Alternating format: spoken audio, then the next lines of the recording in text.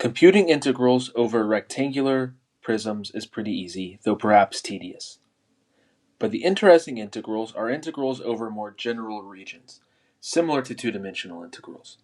The best way to discuss triple integrals over more general regions is just to compute some of them. So we're given this triple integral. I'll let you read the problem. So the hard part about this problem, not the tedious part, though it could be tedious, the difficult part about this problem is actually just setting up the integral.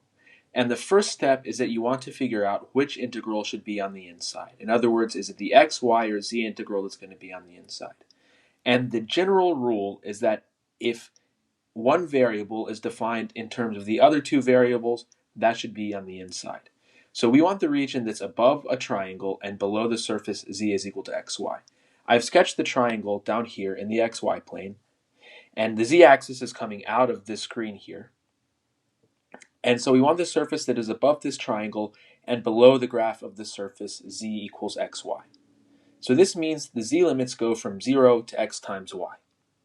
And I'm not going to do this, but I encourage you to graph the surface z equals xy in GeoGebra so you can see what we're doing. This is just a saddle, where 0, 0, 0 is a saddle point.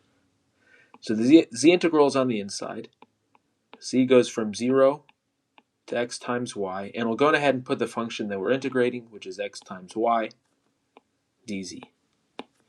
Now, the region that we're integrating over in the xy plane is going to be this triangle here.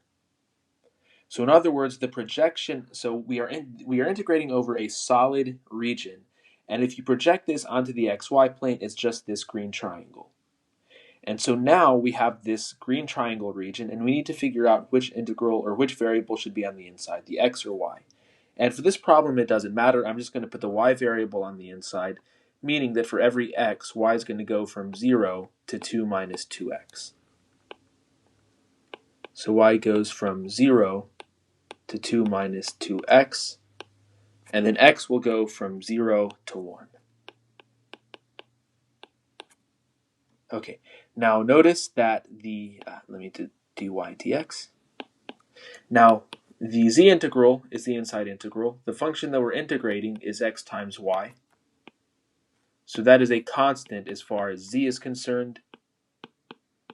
So therefore, the integral of xy dz going from z equals 0 to x times y is just x squared y squared, or xy squared.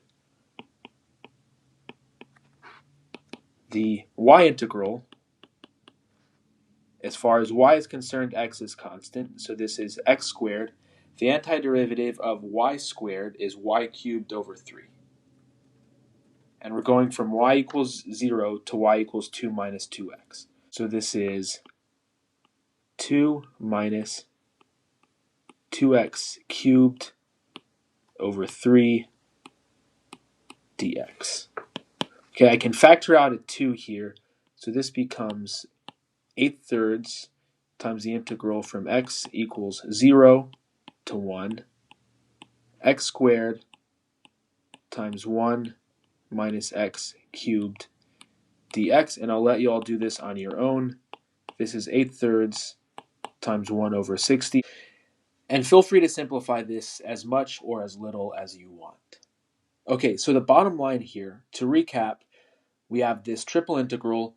The sort of difficult part is setting it up. After that, it's just doing 3 integrals, which is often tedious, but is not difficult. It's not an intellectual challenge other than just trying to stay awake and keep up with everything. But we first figured out which integral should be on the inside based on which variables were defined in terms of other variables, and similarly, we figured out which integral should be the middle integral, and that only leaves one for the outer integral. As we look at more and more examples, I hope that this will become more clear.